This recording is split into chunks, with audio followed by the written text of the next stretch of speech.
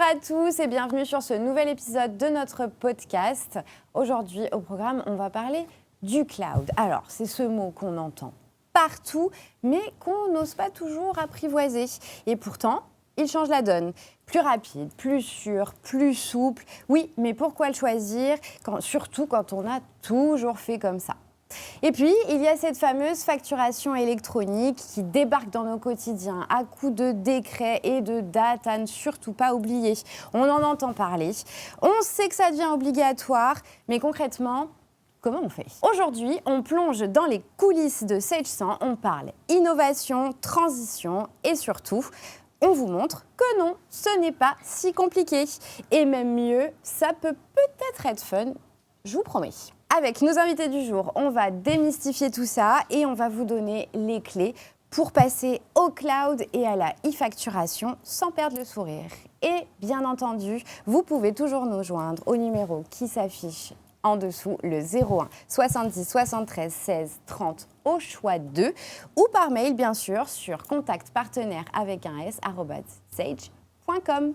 C'est parti et on démarre avec Maud Herman. Bienvenue Maud. Bonjour. Bonjour Christina. Tu vas bien? Très bien, merci. Tu as fait bonne route? Très très bonne route sous le soleil. Ah, fantastique. Donc Maud, rappelle-nous ton métier chez Sage. Alors je suis chef de marché sur la ligne Sage 100, tout simplement. Fantastique. Eh bien ça tombe très bien puisque nous allons parler justement de Sage 100 aujourd'hui avec une première question si tu me le permets. Alors, récemment, dans l'actualité, il y a eu un buzz, plutôt un bad buzz d'ailleurs, à propos d'un possible report de la facture électronique. Alors, est-ce qu'il faut comprendre qu'on doit tout arrêter ? Alors, je m'attendais à cette question, eh bien je te comprends, parce que évidemment, avec tous ces changements de calendrier, on pourrait se dire, en fait, on verra plus tard. Mais en fait, la réforme, elle ne disparaît pas. La réforme, elle est bel et bien inévitable. Donc, il ne faut surtout pas ni arrêter, ni ralentir sa préparation. Ce serait vraiment une erreur stratégique. Parce que maintenant, on n'est plus du tout dans une phase d'anticipation. On est vraiment dans l'action. C'est maintenant que tout se joue. Donc, la facture électronique, il faut vraiment le voir comme un vrai projet d'entreprise. Et comme tout projet structurant, ça demande de la méthode et ça demande aussi de l'engagement. Il faut identifier les bons acteurs, il faut aussi les impliquer. Il faut vraiment cartographier exhaustivement l'ensemble des systèmes, des processus, des flux, des cas d'usage. Et puis, il faut s'assurer aussi que vos données soient propres, soient complètes et fiables. Mais au-delà en fait, de l'aspect réglementaire, il faut aussi vraiment se rendre compte que cette réforme, c'est une vraie opportunité stratégique. Elle va apporter bien plus que de la conformité aux entreprises. Elle va leur permettre de mieux gérer leur trésorerie, de sécuriser leurs échanges et puis aussi de pouvoir vraiment gagner en productivité. Et ça, c'est exactement ce que l'on veut pour nos clients chez Sage. Donc, optimisation, sécurisation et performance. Fantastique, c'est très très clair, je te remercie. Et justement, Maud, toi qui es responsable de la ligne 100, comment Sage 100 peut aider nos clients à mieux se préparer pour la facture électronique? Alors déjà, Sage met à disposition des outils puissants, fiables, qui accompagnent nos clients vraiment pour être sereinement dans cette transition. Et Sage 100, c'est clairement une pièce maîtresse dans tout ce dispositif. Pourquoi ? Parce qu'elle est le fruit de 30 années d'expertise. Et notre longévité dans les solutions, dans le domaine des solutions de gestion, c'est pas un hasard. C'est le résultat de décennies à travailler avec nos partenaires, nos clients, pour nos clients, en comprenant profondément leurs enjeux. Et aujourd'hui, Sage 100 s'est imposé comme la solution de référence pour la gestion des PME et PMI. Et là, dans le cadre de la facturation électronique, eh bien, on a développé et intégré des outils comme Sage Data Clean and Control. Alors, c'est quoi Sage Data Clean and Control ? C'est un outil qui va aider à corriger, à vérifier, à contrôler la qualité des données. Et ça, en fait, c'est juste incontournable pour pouvoir émettre, mais aussi recevoir des factures en toute sécurité. Parce que des données propres, ce sont des flux qui sont fiabilisés, ce sont des connexions qui sont fluides, et puis c'est surtout une synchronisation avec l'annuaire. Et donc, à ça, on va ajouter la puissance du cloud, collaboration qui est facilitée, sécurité renforcée, mais je ne vais pas en dire plus parce que je sais que notre expert Yann va développer ce sujet. Mais alors avec ça, on a vraiment une stratégie gagnante pour une transition sans accroc. Fantastique. Bon, alors justement, tu en as parlé, tu as cité des termes qu'on entend beaucoup récemment, donc optimisation, sécurisation, productivité ou encore digitalisation. Mais tu as aussi dit que Sage 100, c'était 30 ans d'ancienneté, vous vous rendez compte, 30 ans. Alors, comment c'est compatible ça, Sage 100 qui a 30 ans et la digitalisation, explique-nous un peu. Donc la digitalisation, c'est un vrai levier de transformation qui est puissant.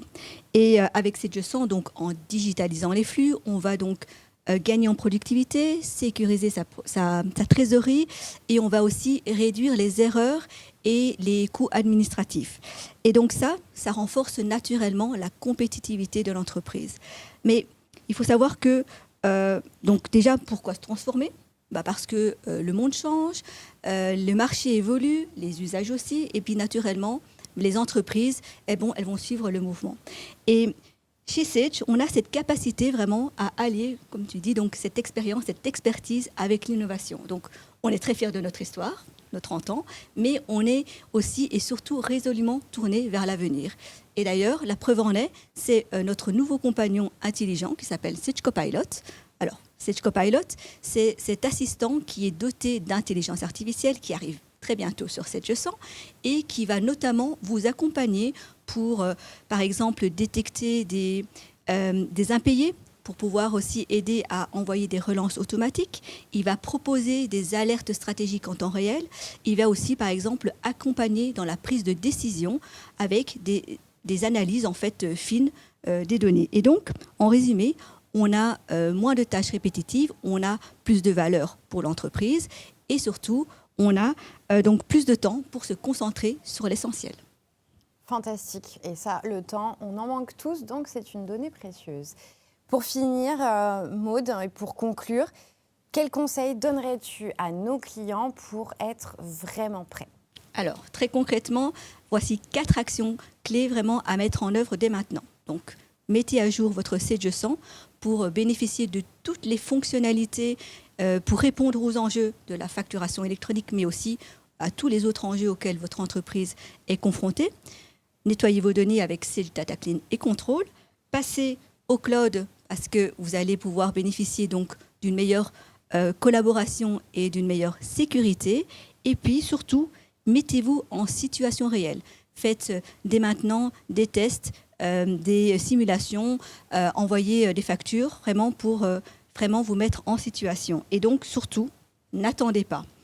Parce que donc, les mises à jour de version, elles vont s'accélérer pour vraiment suivre le rythme de la réforme et donc chaque jour compte. Et enfin, je dirais que là, vous avez tous les bons outils, tous les outils en main pour pouvoir aborder cette réforme avec sérénité et confiance, mais avec Sage 100 bien sûr. Évidemment.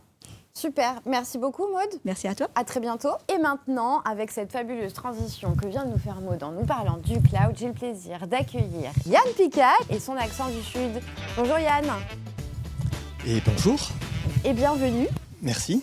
Alors, bienvenue à toi aussi. Yann qui nous vient, comme vous pouvez l'entendre, de cette fabuleuse région qui est le Sud-Est. Donc, Yann, rappelle-nous ton métier chez Sage. Alors, chez Sage, je suis consultant sur le cloud aujourd'hui. Et je pense qu'on va parler un peu de cloud. Tout à fait, on est là pour parler de cloud, effectivement. Et alors, je crois savoir que chez Sage, on a choisi Microsoft comme hébergeur. Tout à fait. Et alors, pourquoi ? Alors, pourquoi Microsoft ? Tout simplement parce que c'est un des leaders du marché.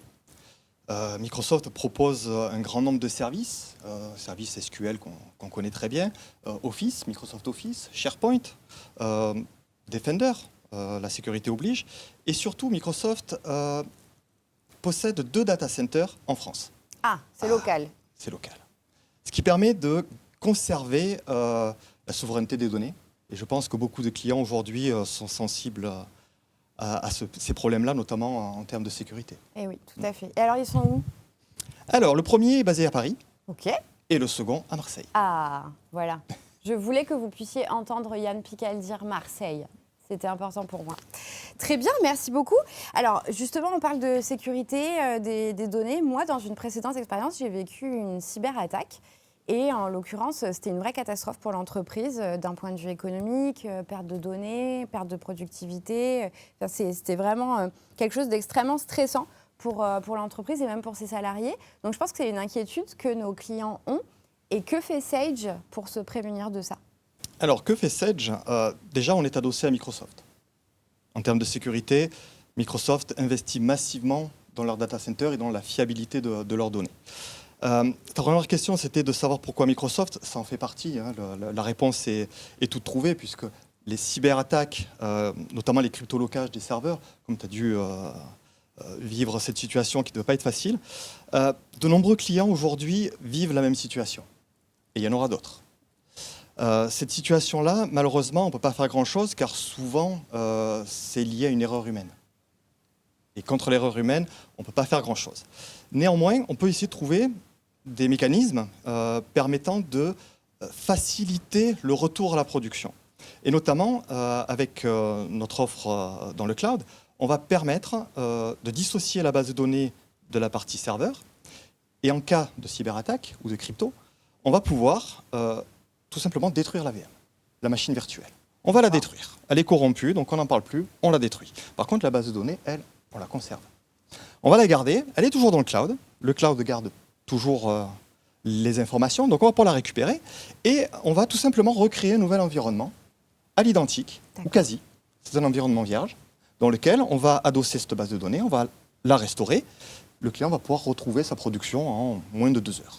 Incroyable. C'est record. Après, il restera un petit peu de temps pour pouvoir rajouter les petits satellites, les petits softs, les petites customisations que le partenaire aura pu apporter à son client.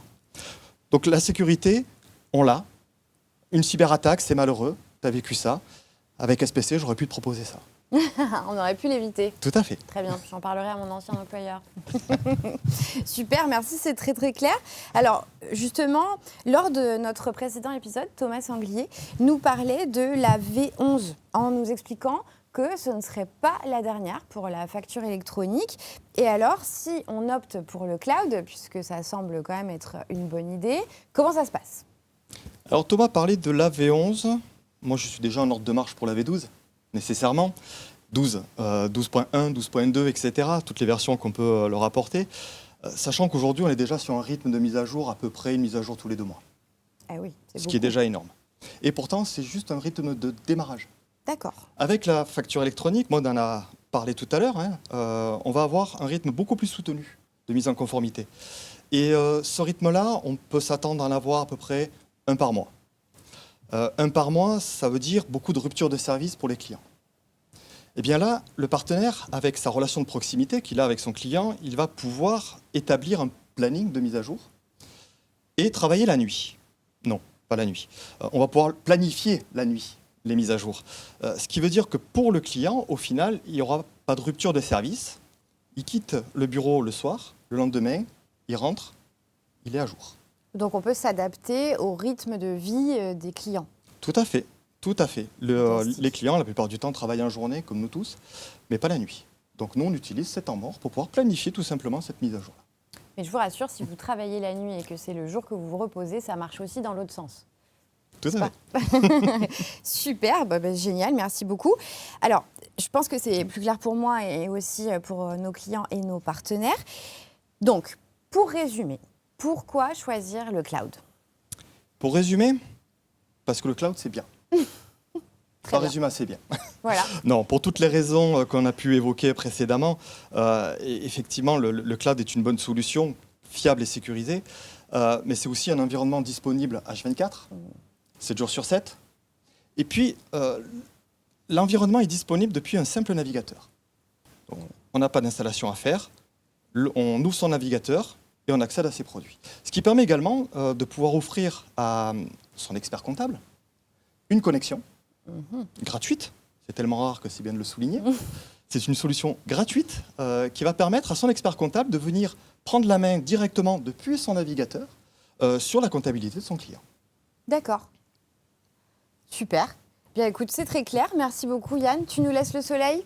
Promis. Super, merci beaucoup. Merci Très à bon toi. retour à toi. Merci. À bientôt. À bientôt. Et maintenant, après ces deux belles interventions, j'ai le plaisir d'accueillir notre dernier invité du jour, Rémi, qui nous vient de la très belle ville d'Annecy, l'une des plus belles villes de France même, et bien sûr, qui nous vient de chez Akao Life. Bonjour. Rémi. J'aurais même dit la plus belle ville de France. Je ne me mouillerai pas juste après avoir parlé de Marseille. Bon, mon cher Rémi, donc toi, Oui. tu nous arrives de chez Akao Life. Exactement. Rappelle-nous le métier d'Akao Life, s'il te plaît. Alors, Akao Life est éditeur de solutions de dématérialisation des circuits de validation dans une société. Donc, on va prendre l'exemple tout à l'heure du circuit des factures fournisseurs, notamment. Mais chez Akao, donc, on ne fait pas que cela, on fait d'autres workflows. Donc, cela veut dire que dans une société, dès lors que tu as un demandeur, des acteurs, donc des personnes qui réalisent des actions au cours du circuit de validation, eh bien, nous, l'objectif, c'est de numériser ceci et donc de conseiller les entreprises pour le digitaliser le plus possible. Très bien, merci beaucoup. Et toi alors, dans tout ça? Alors moi, je suis référent marque blanche. Donc cela veut dire que je suis l'interlocuteur principal pour Sedge, mais aussi pour les revendeurs Sedge. Ma mission principale, c'est que le déploiement se fait de manière optimale chez eux. Donc je les accompagne pour que ceux-ci soient autonomes sur le déploiement de nos solutions. Super, merci beaucoup. Et donc, là, tu viens nous parler spécifiquement d'ACS. Exactement. Si je ne m'abuse. Oui. Alors, ACS, ça veut dire quoi déjà? Alors ACS, c'est dans le désordre, mais ça Oui. veut dire Sedge Automatisation Comptable. Donc c'était Et mieux oui. que SAC. Donc Oui. c'est pour ça que l'acronyme et le diminutif n'est pas dans le bon ordre. On en reparlera tout à l'heure, mais mes deux mots forts sont dedans. Alors bien sûr, hormis le nom Sedge, bien évidemment, mais automatisation et comptable parce que c'est les deux valeurs principales chez nous, en tout cas, que complète cette solution. Mais on en reparlera juste après. Très bien. Alors, on parle beaucoup de factures électroniques. Hein. Oui. Tu l'as bien entendu avec nos interventions précédentes. Est-ce qu'ACS est compatible avec la facture électronique? Bien sûr, et ACS est déjà compatible facture électronique. Pourquoi? Parce qu'on gère depuis 2023 la partie réception, parce qu'initialement, ACS a pour but surtout de traiter le flux achat, donc la partie vraiment facture fournisseur. Et en 2025, on sera prêt pour la partie également émission. Donc finalement, coupler ACS et Sedge pourra répondre de manière globale sur tous les cas d'utilisation, donc de quoi garantir une transition en douceur vers l'arrivée de la facture électronique. Très bien. Alors, du coup, est-ce que c'est une solution de dématérialisation seulement? Alors pas que. C'est vrai qu'on parle beaucoup de dématérialisation, mais tout à l'heure, on en a parlé très, très bien sur la partie automatisation et sur la partie workflow. Nous, en dématérialisation, on parle beaucoup aussi de gain de temps également quand on parle de automatisation. Le gain de temps ne se fait pas que dans le traitement d'une facture, donc pas que sur la saisie. Alors bien sûr, l'objectif est d'automatiser cette imputation comptable et ou analytique lorsqu'on traite une facture, mais pas que. En fait, nous, on fait gagner du temps vraiment dans le traitement de A à Z d'une facture, donc vraiment de la partie intégration jusqu'à l'imputation comptable et ou analytique grâce à certaines automatisations, grâce à quelques règles métiers qui sont mises en place, mais aussi sur toute la partie workflow, donc gestion du bon à payer. Donc l'idée, c'est vraiment de gagner du temps sur le traitement de A à Z d'une facture fournisseur, mais pas que. J'allais te couper, parce qu'on gère aussi la partie également demande d'achat, donc tout ce qui est en amont de la facture. Voilà. D'accord, ok. Bon, en effet, c'est très très complet. Et c'est quoi la valeur ajoutée alors exactement? Alors, il y en a plusieurs. Nous, principalement, alors les solutions natives ont beaucoup évolué par rapport aux nouvelles réglementations de la réforme de la facture électronique. Nous, ACS se différencie dans le workflow et les automatisations purement métiers qui sont plutôt avancées, pour le coup. D'accord, alors les automatismes avancés, je ne sais pas vous, mais moi, je ne sais pas ce que ça veut dire. Rémi, aide-moi. Alors, je vais tout expliquer. Alors, il y en a plusieurs. L'avantage d'ailleurs de la facture électronique, on en parle beaucoup. Il faut savoir, pour rappel, nous, on distingue deux types de PDF. On distingue le format standard et le format électronique. Un format électronique, l'avantage, c'est qu'en plus du document, on a toutes les datas, toutes les données du document, et donc elles sont normées. Et donc, on est sûr de la donnée, donc on pourrait aller beaucoup plus loin au niveau de l'automatisation, d'où le nom, sur le traitement de la facture. Donc, imaginons, dans ta société, tu gères un circuit de validation par rapport à des responsables d'agence. Donc, tu as l'agence de Paris et de Marseille, ou même d'Annecy. Si dans le contenu, par exemple, du XML, il y a, par exemple, la localité Annecy, eh bien, automatiquement, le document pourra s'envoyer aux responsables d'Annecy. Alors là, j'ai donné un exemple d'automatisation sur le circuit de validation, mais c'est exactement la même chose sur la partie purement comptable. Très bien, fantastique. Mais alors, du coup, concrètement, mon comptable, j'en ai plus besoin là. Alors, Bien sûr que si. Mais justement, on va modifier parce qu'aujourd'hui, l'inconvénient, entre guillemets, des tâches, si je peux dire, qu'il a, c'est finalement la saisie. Et donc, nous, l'objectif, c'est d'automatiser le plus possible cette saisie. Donc, nous, l'objectif chez AKO, c'est le fait qu'une facture puisse se traiter de manière automatique à 100%. Donc, finalement, le ou la comptable ne traite pas la facture, mais passe plutôt dans une phase d'analyse. Donc, en fait, il va plutôt analyser, avec notamment toute la notion de traçabilité qu'on a également. Donc, la saisie se transforme en analyse, donc finalement, des tâches qui sont quand même plus intéressantes, il faut le dire. Effectivement. Et alors, tu parlais tout à l'heure de facture de vente. Quand est-ce qu'on va pouvoir utiliser ça dans ACS ? Oui, alors on va pouvoir y accéder depuis là en fin d'année 2025, je le précise quand même. Il y a surtout un objectif principal, c'est qu'il y a quand même pas mal de clients qui ont Sage Comptabilité et un autre outil que Sage en gestion commerciale, parce que Sage, bien sûr, sera bien évidemment déjà prêt pour la réforme facture électronique, mais d'autres logiciels de gestion commerciale ne seront pas forcément prêts. Et donc l'idée, c'est qu'on va proposer le fait de pouvoir intégrer un document et de le transformer en flux EDI pour qu'il soit conforme avec la législation de la RFE. Ok, fantastique. Mais il vaut mieux être chez Sage quand même. Mais il vaut mieux être chez Sage, bien évidemment. Surtout qu'on propose plusieurs automatismes avec la gestion commerciale de Sage, donc bien sûr. Exactement, la palette est très large, c'est the place to be. Merci beaucoup Rémi. Merci pour l'invitation et merci à vous. À très bientôt. Merci, à bientôt. Et bien voilà, c'est ainsi que ce nouvel épisode s'achève. J'espère que ça vous a plu autant qu'à moi et surtout, j'espère que c'est plus clair. En tout cas maintenant, vous savez tout sur le cloud, les atouts de Sage 100 en mode connecté sur cette fameuse facturation électronique qui va bientôt devenir notre nouvelle routine. Et puis, on espère que ça vous a éclairé, rassuré, inspiré et puis aussi que ça vous a fait un peu sourire. En tout cas, moi, ça m'a fait très plaisir. Merci à nos invités pour leur clarté, leur passion, leur bonne humeur et l'accent du Sud et le soleil de Marseille. Et merci à tous de nous avoir écoutés jusqu'au bout. On se retrouve très vite pour un nouvel épisode. Moi, je vous souhaite une excellente journée. À bientôt.